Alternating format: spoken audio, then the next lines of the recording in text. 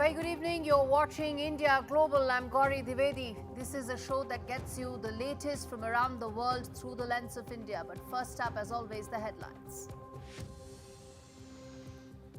Pakistan and Turkey walk hand in hand against India. Shehbaz Sharif, Pakistan Prime Minister, thanks Turkey's Erdogan for resolute support against New Delhi. Maldivian Foreign Minister Abdullah Khalil is in India. Maldives Foreign Minister's third official visit to India this year. The focus remains on economic and maritime security cooperation between New Delhi and Mali.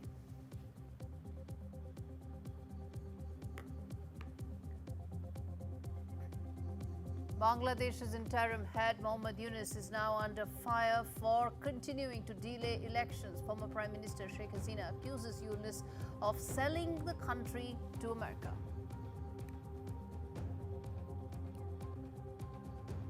In the standoff between Donald Trump and Harvard University, it is the foreign students who are bearing the brunt. US President Donald Trump's reasonable request to Harvard says, disclose names and countries of origin of all international students. We decode with one student how it has impacted his life.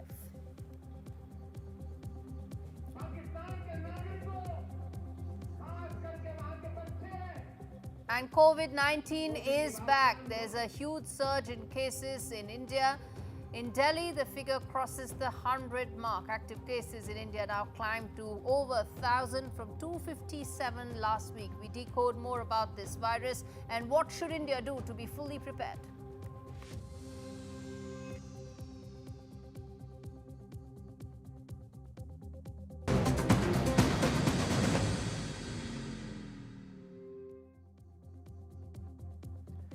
Viewers, in a move that's drawing diplomatic fire, Turkey's President Erdogan has embraced Pakistan Prime Minister Shehbaz Sharif just weeks after India's punishing strikes in Operation Sindoor. The message, well, it's a clear message that a dangerous solidarity against India's national interest, hand in hand, like Bonnie and Clyde. Just look at the image on your TV screens right now. Well, this is exactly what we are talking about. From Bayraktar drones to Miljem warships, Turkey's weaponry is fueling a regime that harbors terrorists across its borders. That's the image, the video on your screens that I was referring to. This is not defiance. This is not defense cooperation. It's strategic provocation. This isn't Turkey's first anti-India signal. From 2019's post-Balakot rants to recent calls for international probes into Indian counter-terror operations. Ankara is echoing Islamabad's propaganda. From ground handling contracts to Turkish chocolates, India's unofficial boycott has begun. National sentiment is speaking louder than diplomacy, and Turkey may soon start feeling the cost of standing with a terror sponsor. Why do we say this? Well, only Turkey, Azerbaijan and China, that is just these three countries, Turkey, Azerbaijan and China, have actually sided with Pakistan compared to over 200 countries who came to support of India after Prime Minister Modi's clarion call, solidarity against terror has its price. And for Turkey and Pakistan, well, the bill is coming due. And before I get in the guest joining me this evening, I want to quickly put forth the big questions that we always ask as far as this dangerous, deadly nexus is concerned. The Istanbul-Islamabad nexus. Turkey backing Pakistan, or is it actually betting against India? That's the first question that we are putting out. Second, which is that when does defense cooperation actually cross into provocation? That's the second big question. Let's put that out. The third key question, why is Ankara echoing Islamabad's narrative? What is it that Turkey stands to gain? We're going to decode that. Is Erdogan's support strategic, or is there more to it? Is he just being reckless? If it's strategic, what are the end goals of Istanbul in this nexus? And will this alliance cost Turkey more than what it actually stands to gain? That's some of the questions that we're going to try and get answers to. Ashok Sajanar joins me on the broadcast. We'll try and connect with Siddharth Ramedi also in just a bit. Ambassador Sajanar, let me start by asking you the questions that we are posing. At the end of the day, What is Turkey's end goal here? Yeah, thank you very much, Gaurie, for having me on the show. You know what Turkey wants really, as far as the emerging changes in the geopolitics is concerned, to be the leader of the Muslim Ummah. And you see, it has opposition from the traditional leader of the Muslim Ummah, that is Saudi Arabia, because it has the biggest cards up its sleeve. It has both the holy sites, Mecca and Medina. So that gives it a huge head start. And of course, in terms of prosperity, in terms of the well-being, it is much better placed. So what it finds is that Pakistan is a good candidate to have on its side. It has a 200 million plus population of Muslims. It also has a nuclear weapon. So it thinks that, by keeping Pakistan on its own side, it will be able to get a head start in this. But I think it is very sadly mistaken if its calculations are based on such considerations, because Pakistan is a failing state. We see what are the problems in the country economically, politically, security wise. And, whatever Asim Munir might have sought to do by the Pahalgam attack and then the conflict with India, I think none of it has helped it, because we have seen that all this violence and instability within the country is increasing. So I don't think it is going to help Erdogan at all. Gaurie. And ever since Erdogan came to power about 22 years back, the relationship between Turkey and Pakistan has actually it has increased manifold. The ties have deepened, whether it's on the political side, alignment of strategic interests, or it is the military engagement as well. And in fact, on our screens, we are putting out some of the military closeness between the two sides, in terms of Pakistan actually being the second largest purchaser of Turkish weaponry. I want to understand from you that at this stage, Turkey is the only West Asian country, the large country, to be standing by Pakistan at a time when global interest, global support is firmly backing New Delhi. What's in it for it to be as isolated as Pakistan? Yeah, it is. You're right. It has pitched its, laid all its bets as far as Pakistan is concerned. With it, I think it also finds, as I mentioned earlier, that it is Islam which draws it towards Pakistan. Also, it finds that it has China for company in supporting Pakistan. And it is not, if you Okay. remember, that even earlier when these three countries, Turkey, Pakistan, and Malaysia, they wanted to Yes. have a meeting amongst themselves in 2019, basically, against, which was designed to be against Saudi Arabia.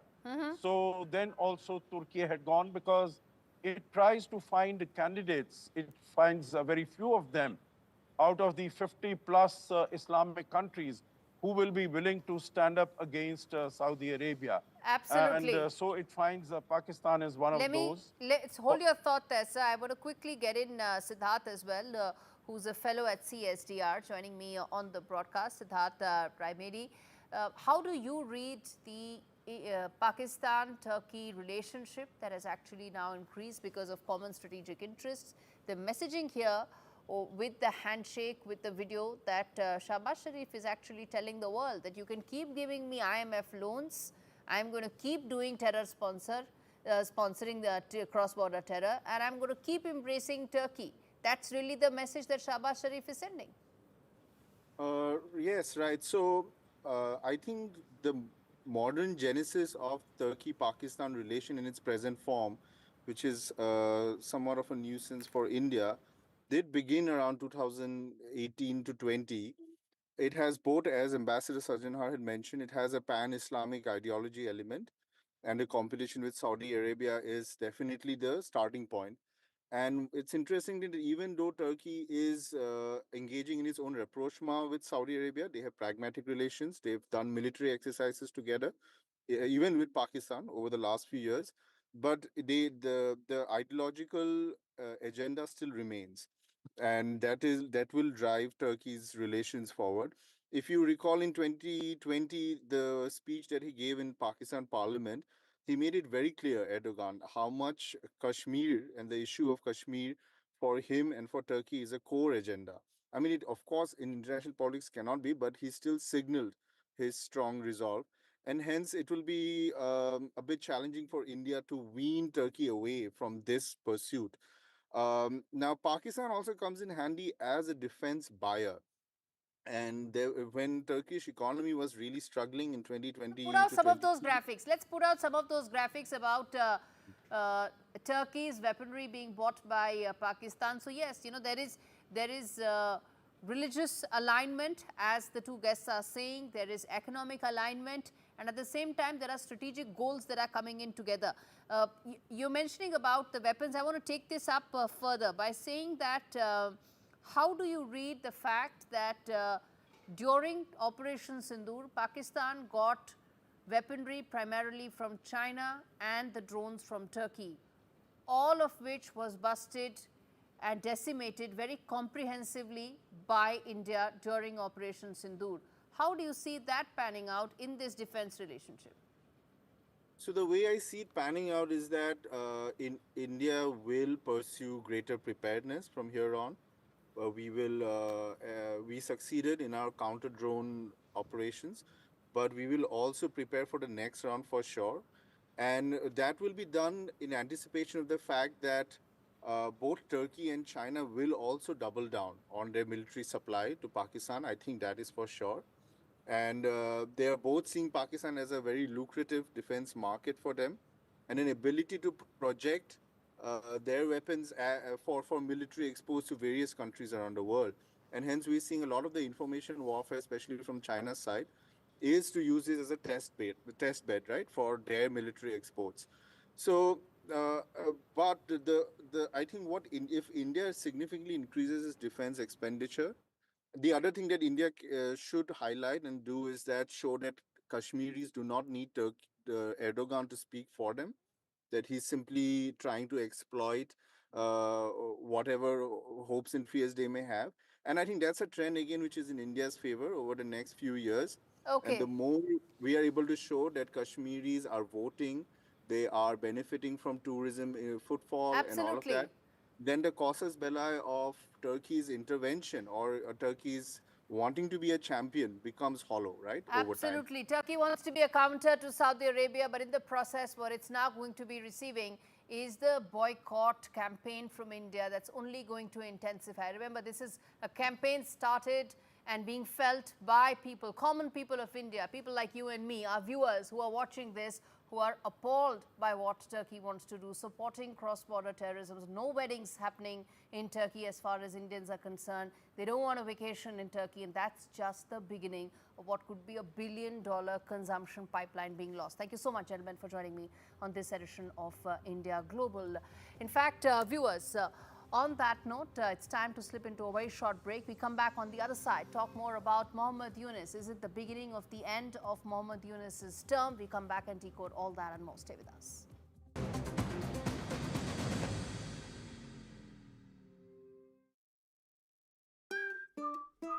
I bought cars on finance, so I've made my claim. If our lenders charged hidden commissions, then I've made my claim. I could be on thousands. I've made my claim. I've made my claim. I've made my claim. I've made my claim. It's so quick and simple. You could be owed thousands in hidden commissions from vehicles bought on finance since 2007, even without the details. I've made my claim. Trust myclaimgroup.co.uk. Claims made simple.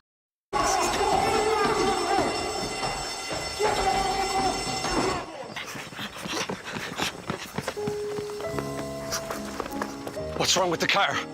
It's okay, lads. I'm with the AA. Bombay mix. Because the AA has more expert patrols across the country, you'll be back on the road in no time. No wonder more people choose the AA. Join today.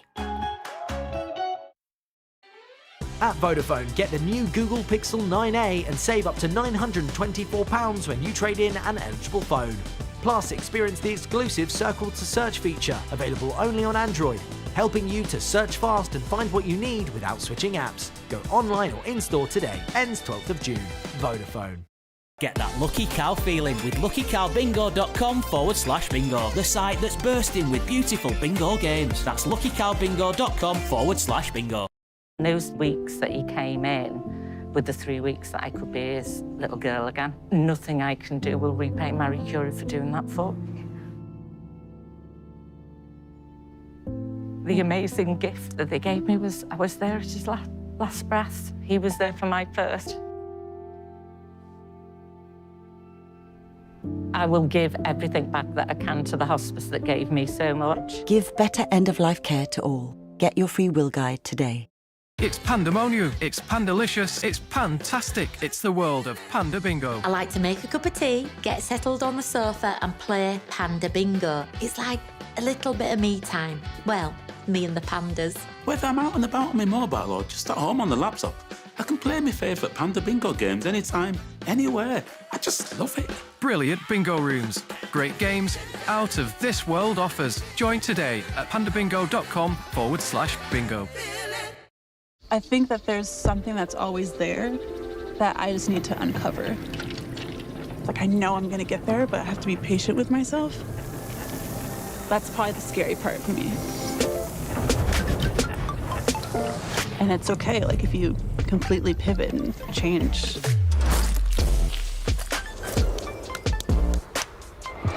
You know, you have to be comfortable with that.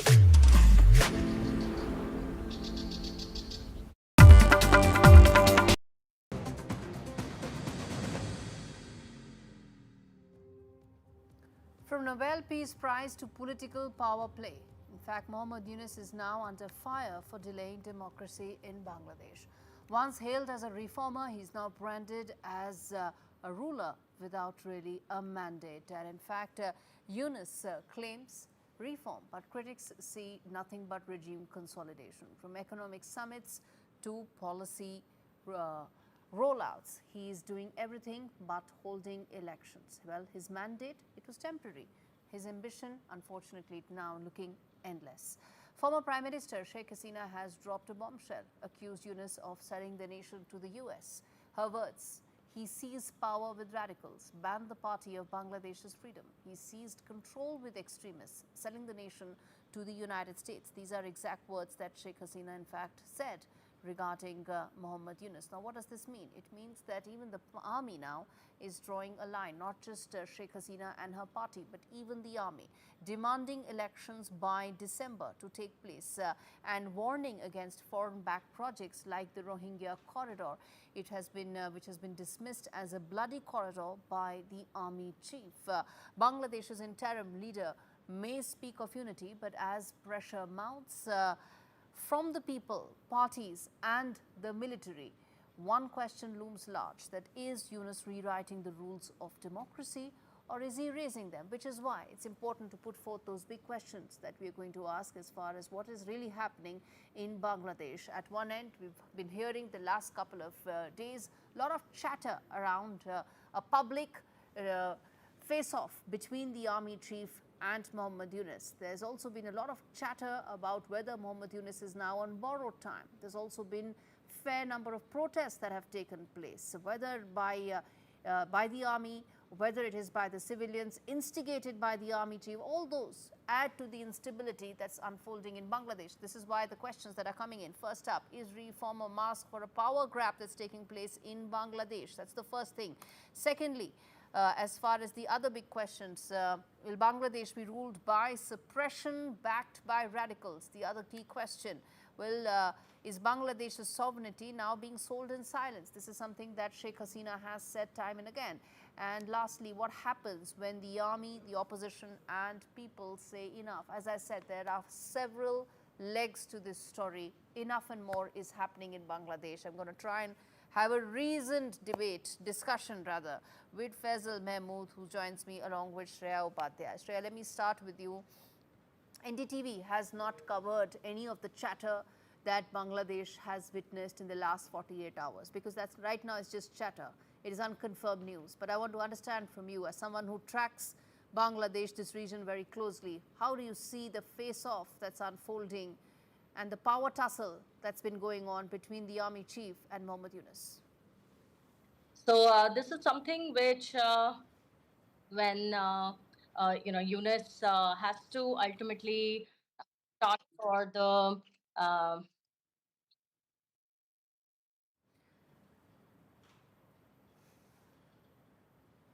Okay, we'll try and connect with Shreya in just a bit. I want to fix that line.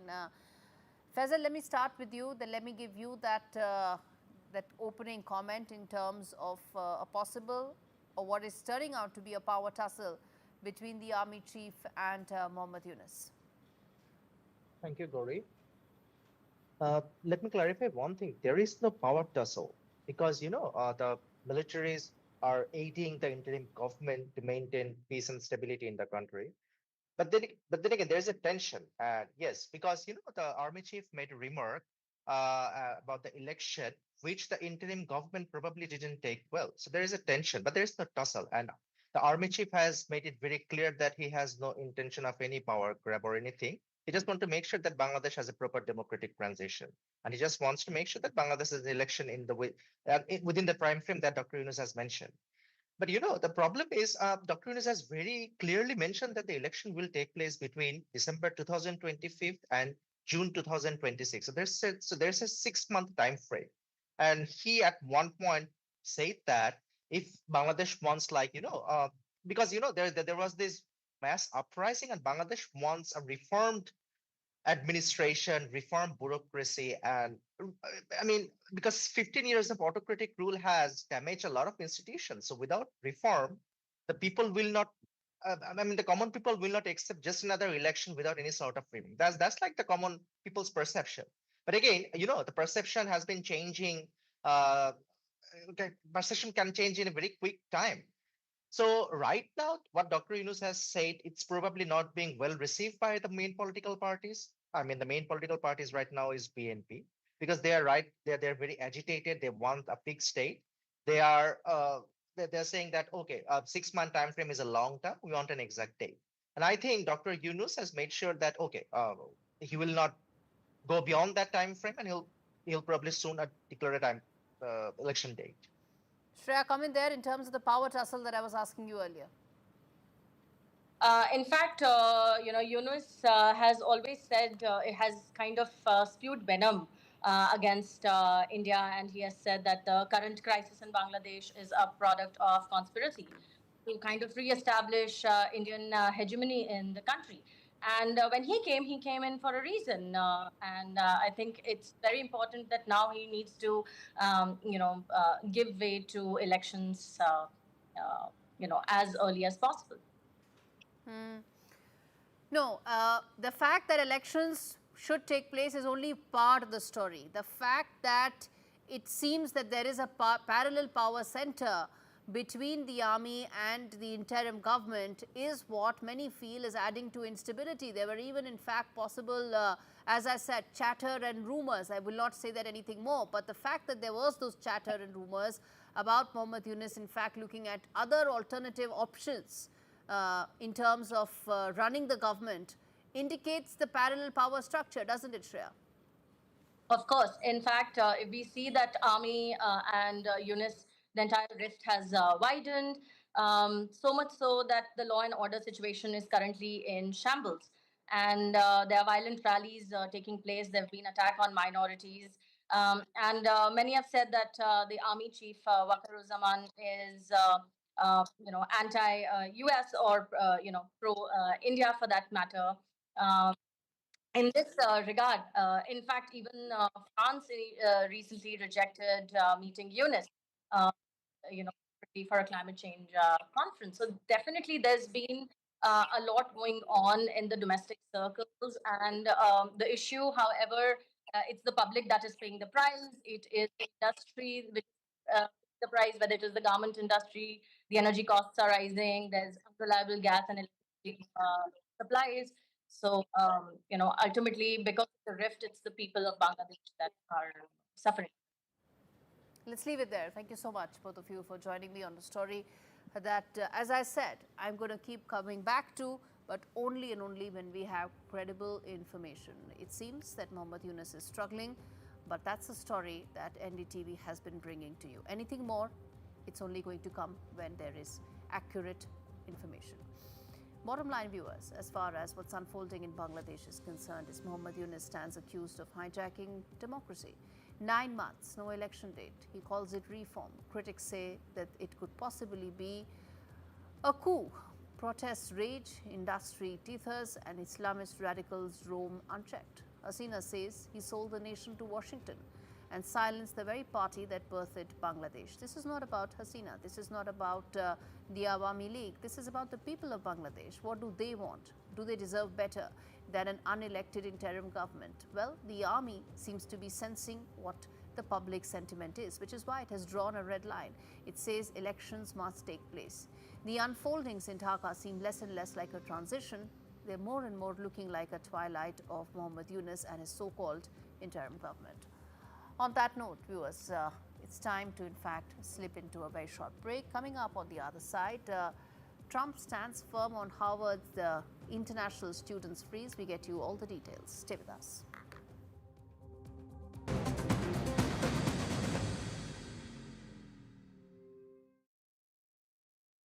With Post Office Over 50s life cover, enjoy peace of mind knowing your family will receive a guaranteed payout when you're gone. UK resident 50 to 80, your guaranteed acceptance. No health checks and from just £1.15 a week. Plus free 24/7 GP access with the health and wellbeing benefit. Purchase and receive a £125 gift card for amazon.co.uk, Tesco or M&S. Visit postoffice.co.uk/over50s. It's pandemonium, it's pandalicious, it's pantastic. It's the world of Panda Bingo. I like to make a cup of tea, get settled on the sofa and play Panda Bingo. It's like a little bit of me time. Well, me and the pandas. Whether I'm out and about on my mobile or just at home on the laptop, I can play my favourite Panda Bingo games anytime, anywhere. I just love it. Brilliant bingo rooms, great games, out of this world offers. Join today at pandabingo.com/bingo. Sun's out, fun's out. At Tesco Mobile, our deals will help you get the most out of summer. Get the Samsung Galaxy S25 Ultra with super-powered Galaxy AI and 250 gigs of data for just £55.99 a month with Club Card prices, saving you £432. And you'll collect Club Card points too. How you choose to spend them is up to you. It pays to be connected. Search Tesco Mobile. Every little helps. From interesting tech startups to industry-leading companies, politics, sports, culture, curry, cricket. Oh, there's so much to talk about. Like me, if you too thrive on interesting conversations, this is a show you cannot miss. Watch this space to know more about all matters and all people that make Britain what it is today. Out of Britain, with me, Radhika Iyer.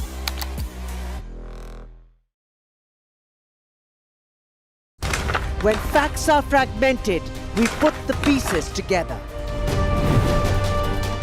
Where power collides with truth, we are there. Behind me is that massive security arrangements that are in place. Behind fractured boundaries, we clear the fog of war. Fault Lines with Gaurie Dwivedi, only on NDTV World. From interesting tech startups to industry-leading companies, politics, sports, culture, curry, cricket. Oh, there's so much to talk about. Like me, if you too thrive on interesting conversations, this is a show you cannot miss. Watch this space to know more about all matters and all people that make Britain what it is today. Out of Britain, with me, Radhika Iyer.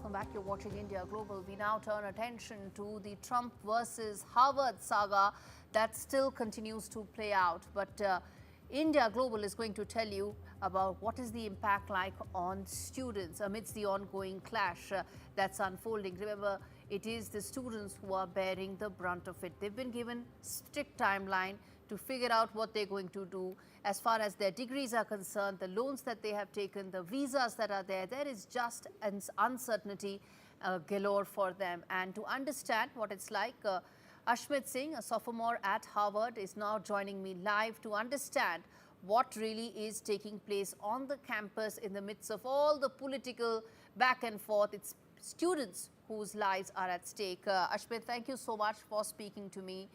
I want to first of all understand from you what's happening right now on ground in terms of students that you're speaking to.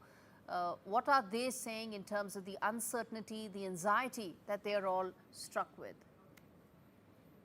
So every student, every international student at Harvard is kind of worried about the situation, as the big issue is that there is very high insurance. We still don't know how it's going to go. There's currently a temporary stay on the executive decision that's been made by a local high court in Massachusetts. And until that goes away, we are not sure whether it's going to be still withheld on Thursday when there's another court case deciding the decision of the department, if it's right or not. And up until then, we're not sure what's going to happen. We've been told that there will be two primary options if we decide to, if they decide to still go ahead with the decision. One would be to transfer to another university, and the other one would be to return to your own home countries. Are students being able to transfer? Is this time of 15 days, a fortnight, enough for them to find another course in another university? Because there would be timelines there as well, right? Yes, so a lot of the universities, especially the other Ivy League universities, already are done with their transfer deadlines. Most of them were due in March. So a lot of students won't have any opportunities within the United States for the next 15, 20 days if this is how they proceed with it. So I believe a lot of students will be either forced to take a gap year and then reapply next year for transferring, or maybe transfer to universities in another country or back in their home countries. So what happens in the event that they don't get a transfer? Because can they then stay on American shores? Will they have to come back? What happens to their visa status? Because those are questions that every student would be grappling with. Yes, so as of now, from what I've understood, if their F1 visas get cancelled, which is what will happen if the Harvard is not allowed to issue the F1 visas that it is currently, the students will be, after some time, not allowed to remain in the United States. And they will have to go back to their home countries. And if they're not able to secure any transferred colleges within that time, or gainful educational attainment at any other college, any other certified college of the United States, they will have to return back to their countries. And that's why a lot of people are worried about it, because they're not sure if they're going to be able to secure any transfers. And even if they are able to secure transfers, how will it work out, the entire process? Absolutely. Ashmit, you must be speaking to a lot of your friends on the campus, Indian students. There are, about 800 odd Indian students who are there as well.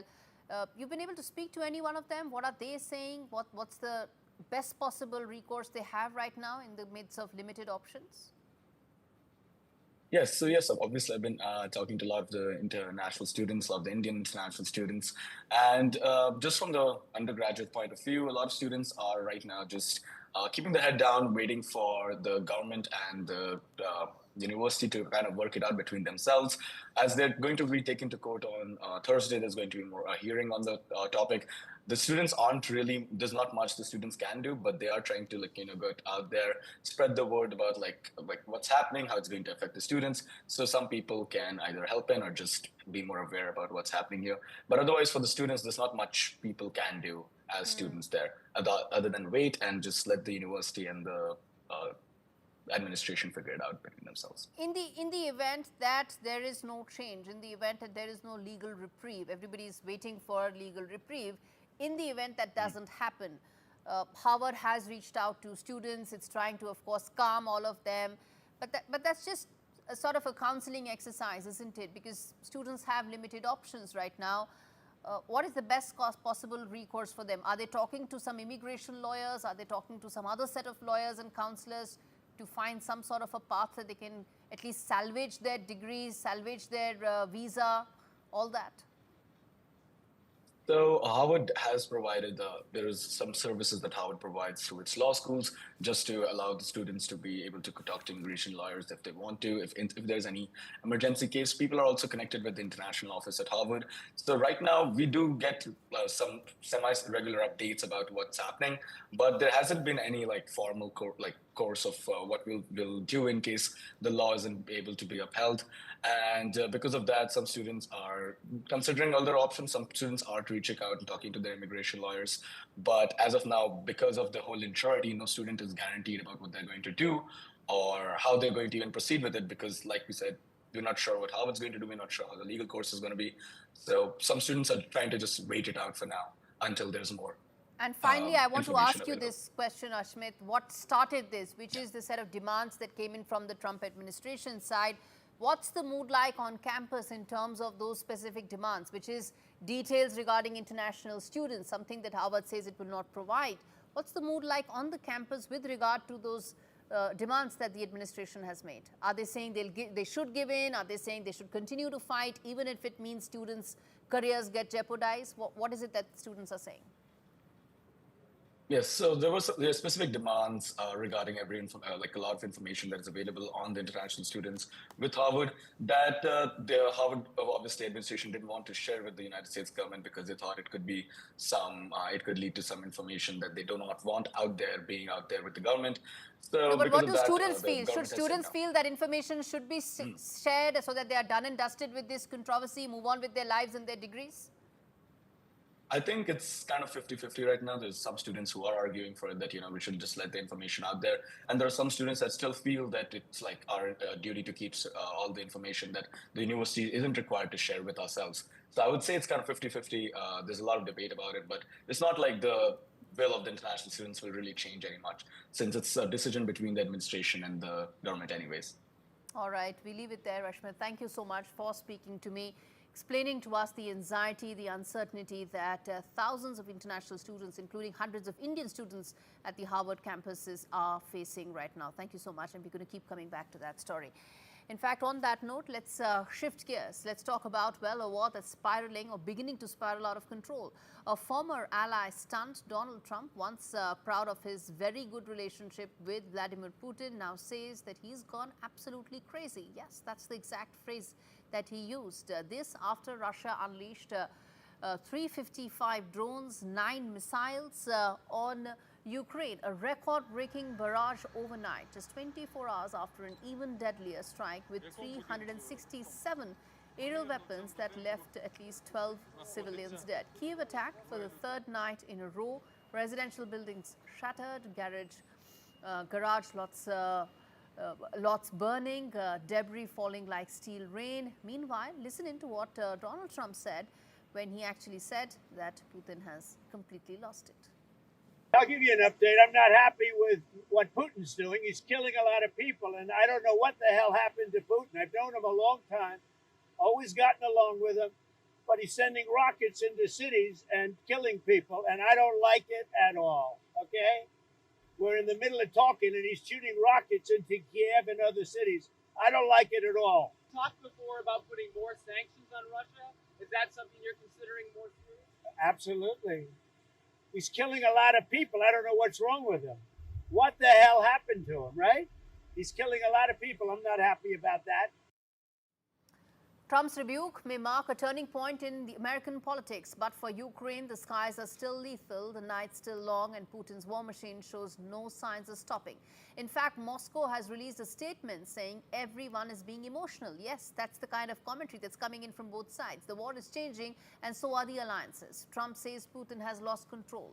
For Ukraine, the cost of that chaos is being paid in blood and fire. And let me, in fact, get in Professor Anuradha Chinoy, who understands Europe region very well, to understand from her where exactly is this war headed. Professor Chinoy, that's the question. The commentary coming in from both sides seems to be casual, callous, but what is the next step in this ongoing war?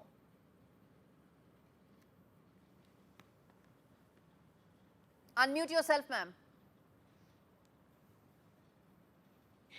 Number one, I think this is very unfortunate, the way this war is escalating. It really needs to go into some kind of peace talks. And both sides, on the one side, Ukraine backed especially by the European partners and also by the US, who've had this proxy war, and on the other side, Russia. The demands from both sides have not shifted since the war started in February 22. Russia keeps insisting that Ukraine cannot join NATO. The 4 provinces plus Crimea, that is the Donetsk, Luhansk, Zaporizhia, Kherson, and Crimea, will be an integral part of Russia now that Russia has taken them over. And the security architecture in Europe should be one which has a kind of a permanent peace. Whereas Ukraine wants to join NATO, it wants to take Russia to give back all the territory they've taken. They believe Russia is a permanent. No, but the demands on both sides look very, very entrenched. I understand. But there's suddenly a new phase that we have entered in terms of the military aggression from Russia, isn't it? So what is it that President Putin is really hoping to achieve in terms of this next phase? You're absolutely right. There was a kind of a plea for a 30-day ceasefire from Europe, from the Americans and from Ukraine. But Russia's argument was that if there's a ceasefire without peace talks and negotiations, it'll only enable Ukraine to regroup and start the war again. So they didn't want the ceasefire. And in fact, they've done the opposite. They have upped the ante. They have escalated, putting pressure for this negotiation. But I don't think that's a way actually to get peace. It's actually a way of only getting more war, even though Russia has gained a lot territorially and Ukraine is not in a good way. Professor Chinoy, finally I want to ask you this. The fact that Trump said that Putin may have lost it, he's absolutely crazy. He's airing his frustration. He's airing the frustration of the Americans in not being able to thrash out any possible peace settlement, isn't it? That's right. You see, America, from being a co-belligerent almost, has turned negotiator. And they're in a hurry to settle this war and move ahead. But they're caught between these two sides. Europe is pushing Ukraine not to negotiate and not to withdraw or have any compromise or even a serious peace engagement, and nor is Russia. So Trump ultimately might just walk out of it. He might have more sanctions. He might resume arming Ukraine. So it's a bad situation. I think all options for the US are actually open. It seems like the whole attempt to have peace is now actually on the back foot. All right, let's leave it there. Professor Chinoy, thank you so much for speaking to me on India Global. And viewers, on that note, we slip into a short break, come back on the other side, talk more about COVID-19 cases that are surging in India. Delhi itself crosses the 100 case mark. What next? We come back and decode. Stay with us.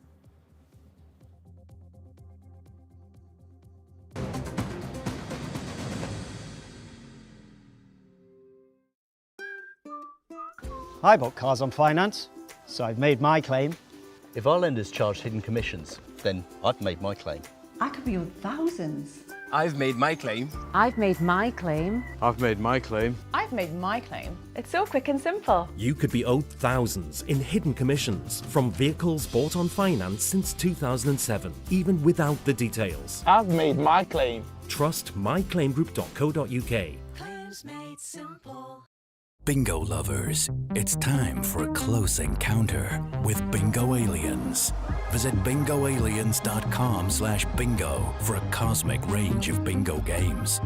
75-ball bingo, even 90-ball bingo. All from a galaxy far away, direct to you. Taking bingo to another dimension at bingoaliens.com/bingo. If your garage looks like this, you need Tougher Man. a leading supplier of shelving for your home or business. Assembly is quick, easy and boltless. Buy 1 bay from just $59.99, or you can get 3 bays from only $119.99, saving you nearly £60. Plus, you get a 5-year Storelex steel guarantee. Order now at tougherman.co.uk. We know that living with diabetes can make daily life a challenge, and we're here to help. I felt very low with the diagnosis and very lonely as well, and embarrassed. I think people don't necessarily realise the impact that being diabetic can have on you, and the amount of extra decisions you have to make a day through carb counting every single thing you eat. Day-to-day living with diabetes is really difficult. So Diabetes UK has made my life easier every day. If you're struggling with the everyday challenges diabetes can bring, maybe it's time to become a Diabetes UK member. Call 0800 035 7601 or go online to become a member. And for just £3 a month, you'll get a welcome pack and a practical guide tailored to your type of diabetes, and a copy of Balance magazine 4 times a year. Balance magazine has been very good in giving me tips to manage my diabetes on a day-to-day basis. Plus regular email updates with the latest diabetes news and special discounts. One of the things I was recommended to do was exercise. What motivated me was my love of dance, and I got that back. Join a community that really understands. Call 0800 035 7601 or go online to become a member for just £3 a month. I would recommend Diabetes UK to anyone with diabetes. Join up, become part of a community, get that support that you need.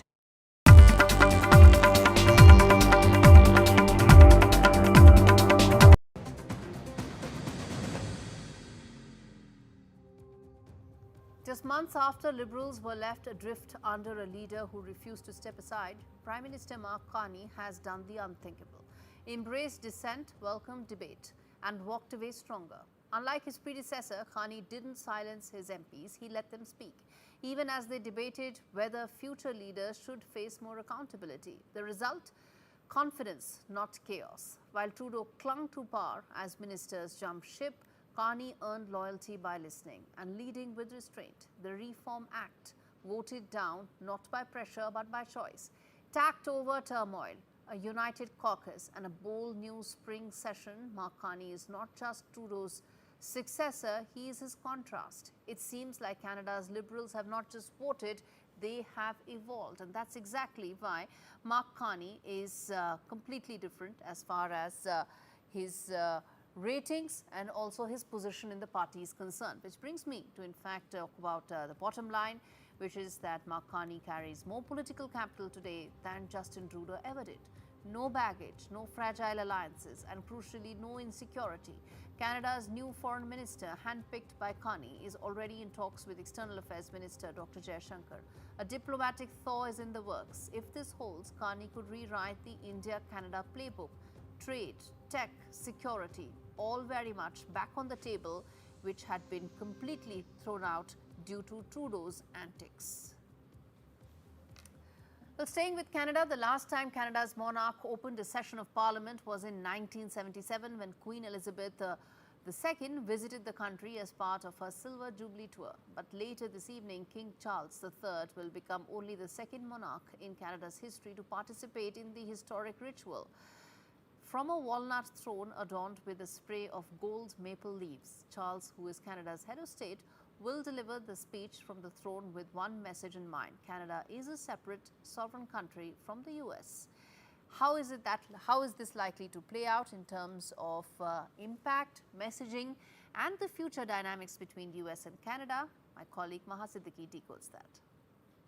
48 years after the last monarch opened the Parliament session in Canada, King Charles III would be present in Ottawa to do the same and to deliver the speech from the throne.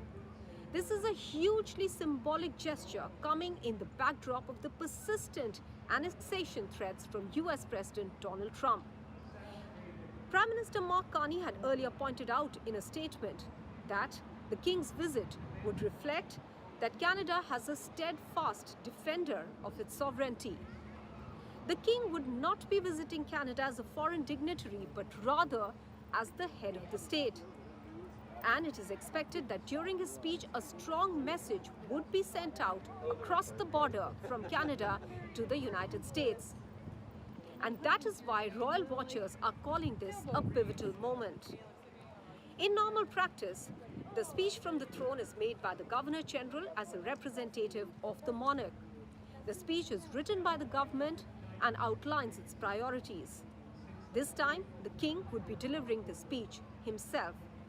This is a whirlwind tour that King Charles III will be making to Canada along with Queen Camilla, and apart from opening the parliament, the two would also be visiting a farmer's market and be engaging with the community. But all eyes are closely watching the message that King Charles would send out from the Canadian Parliament to the United States, and specifically to President Donald Trump. Well, shifting focus now to the other story, which frankly impacts all of us. India has crossed the 1,000 mark in active COVID-19 cases, with Kerala leading the tally at 430. Delhi reporting 100 cases, including 99 new cases this past week, viewers. While the rise has drawn attention, health officials are urging calm. And Delhi's Chief Minister Rekha Gupta says there is no cause for alarm. Hospitals, she said, are fully equipped and advisories are in place to manage any increase in cases. Meanwhile, in fact, information that's coming in is that India's virus tracking network has identified new subvariants, NB181 in Tamil Nadu, LF7 in Gujarat. Both are under monitoring, but not variants of concern. In fact, JN1 remains the dominant one in India. Hospitals in the national capital have been advised to stay alert, ensuring equipment is functional. So since then, since COVID pandemic 5 years back, India is a lot wiser. Staff is trained, equipment is functional, protocols are in place, masks are now being made mandatory. So to that effect, India has ensured that all its guardrails are up. What can we do next? Let's quickly now get in Dr. Sanjeev Bagai to understand what is it that we should now be focused on. Dr. Bagai, what should be our alarm bells and warning signs that we should be watching out for? Good evening. So I think it's a matter of taking precaution, but there is no immediate cause of panic or anxiety or any fear. We have seen in the last month or so a sudden rise, and especially in the last week or so. What we are seeing in Indian diaspora mainly is the Omicron subvariants, which is called as JN.1, and then they have had convergent and recombinant mutations to have LP 8.1, LF 7.2, and so on. These are all original breakaways of JN.1, which is of the original strain of what we call as BA 2.86. These are not as lethal, although they may be slightly more transmissible. The third point here is that the immune escape mechanism is very heavy here. So these are one of the fittest mutations, what we call as. These are called as flip mutations, especially in the area of the amino acid LS455. The clinical impact is that if you Sir, please decode, Dr. Bagai. Let's keep it simple. Yeah. A lot of people are just scared and they are anxious, but they can't understand this language that you're talking, the lingo that you're explaining it in. Yeah, clinically speaking, there is no need for immediate revaccination or any booster dose. There is no need of any antivirals to be given. There is no need of any antibiotics because it's a viral infection. Most of these are very, very mild, subclinical, and the rate of admission and indeed oxygen requirement is very low. Therefore, there is no need to panic. Since it is transmissible, it's an airborne infection. Wearing a mask, especially in crowded areas, close clusters, or poorly ventilated areas is of paramount importance. If you have fever, isolate yourself at home. Don't expose yourself to others. If you are in a crowded area, wear a mask. It will prevent infection for yourself or for you to transmit it further. All right, we leave it there. Dr. Bagai, thank you so much for explaining to us. Essentially, it boils down to, viewers, exactly what you and I have learnt in the last 5 years, which is isolate yourself if you have symptoms, do not get alarmed, and more importantly, keep watching for any alarm signs. Well, on that note, viewers, completely timed out on this edition of India Global. I'm going to come back tomorrow with fresh stories, fresh views, fresh perspectives on all that matters to Indians living here and around the world. Thank you so much for watching this.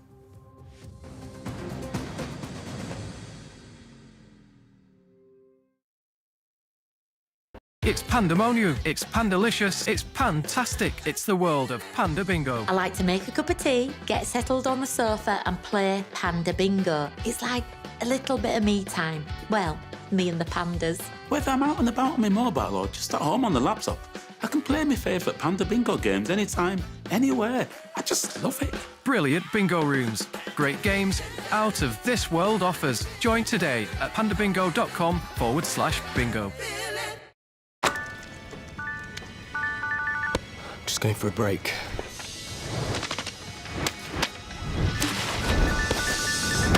I want to break free. Oh, hey, just a minute. I'm just going for a break. God knows I want to break free. But life still goes on. Have a break. Have a Kit Kat. This summer, take on the 1 Million Step Challenge for Diabetes UK.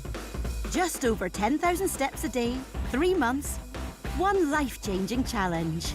Step for a happier, healthier you. Step for your loved ones. Step for everyone affected by diabetes. From the 1st of July, pound the pavement. And every pound you raise will help fund life-changing research and support. Because when you move, we move for everyone living with diabetes. So sign up for the 1 Million Step Challenge. Just search Step for Diabetes and take that life-changing first step today.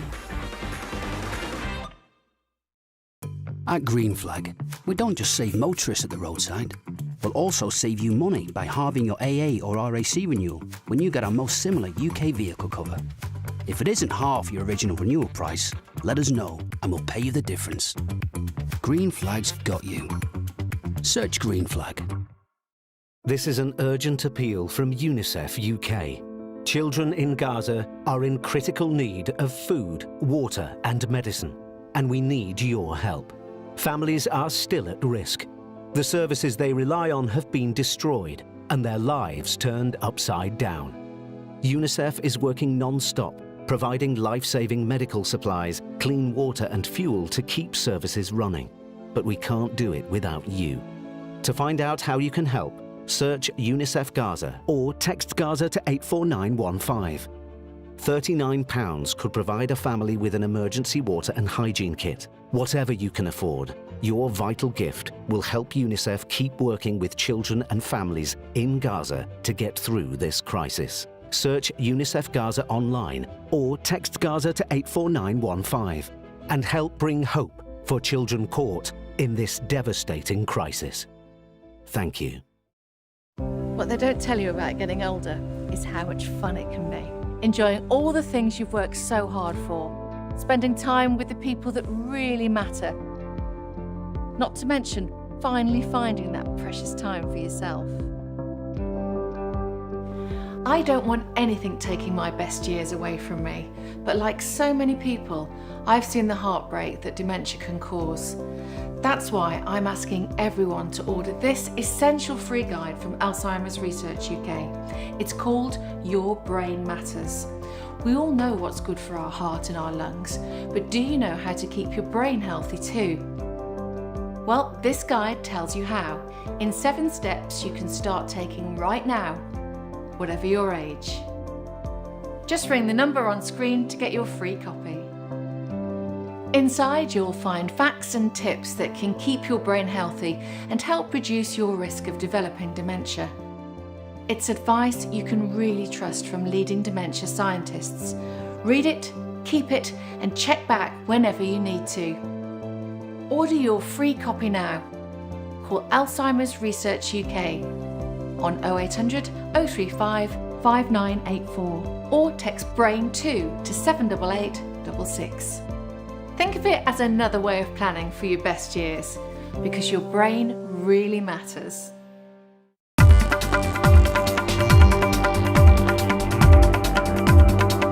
Days. But the Congress says it's only using legal recourse to defend itself from false and defamatory claims released as part of a concerted campaign of advertisements. Well, joining me this evening for a quick political face-off, Deepak Timmaiya of the Congress and Surbhi Hodigare of the BJP. Deepak Timmaiya, I believe we'll just have to wait a bit for Deepak Timmaiya there. If you can hear me, Deepak, can you defend a defamation case against the principal opposition party for political allegations of corruption and non-performance? It is what opposition parties, including the Congress, have always alleged of governments.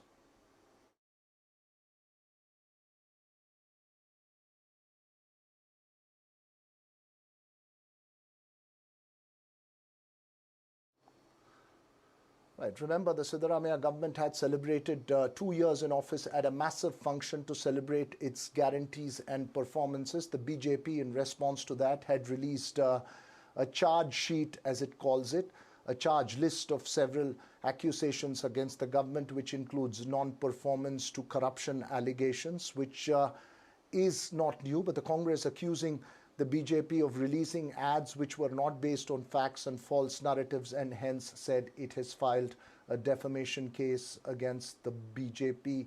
The Home Department had issued orders, as I mentioned, to the Department of Personnel to file a defamation case before the 42nd Magistrate Court in Bengaluru. In that context, this resulting in a sharp political face-off. We're waiting for the Congress and BJP spokespersons to join us in just a bit.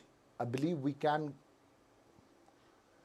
So it's that political exchange that has played out in Karnataka for a few days now, as obviously over the guarantees as well. There has been a face-off between the Congress and the BJP for a while over the deliverance of guarantee schemes. I believe we're waiting still for Deepak Timmaiya. Surbhi Hodigare of the BJP is with us at the moment. Surbhi, I was going to put the first question across to Deepak Timmaiya, but unfortunately he's yet to join us on the show. But the question to you, and the argument that the Congress has put, is that these are not mere political statements that are being made. It is a concerted ad campaign with false facts released by the BJP, and the government is only using its legal recourse to fight a false narrative being portrayed as part of a concerted ad campaign. How do you defend this? Look at the president being set over here, Raghavan, because the government is scared of a document that lists data and numbers of corruption allegation, of price hike, of misuse of power in protecting the marginalized communities. All of this is data derived from publicly available information from government documents, whether it's the Valmiki scam or the fact that there's been incremental price hike across all essential commodities. What is the defamation against? We're not allowed to speak up on what is publicly known information. Forget publicly known information. We're making the charge of 187 crore being misused in the Valmiki scam. The Chief Minister himself on the floor of the House said, yes.